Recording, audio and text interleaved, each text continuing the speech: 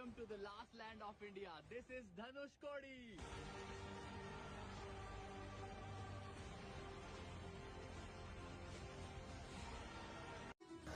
Hello guys, आज आपण आपल्या स्पिरिच्युअल जर्नीमध्ये आलेलो आहेत भारताचे शेवटचे टोक धनुषकोडी, अर्थातच राम सेतू. प्रभू रामचंद्राने आपल्या सेनेच्या म्हणजेच वानर सेना, मारुतीराया आणि बिभीषणाच्या मदतीने समुद्राची प्रार्थना करून त्यावर हा उभारलेला राम सेतू, याद्वारे ते श्रीलंकेस पोहोचून रावणासोबत युद्ध करून माता सीतेला मिळवले.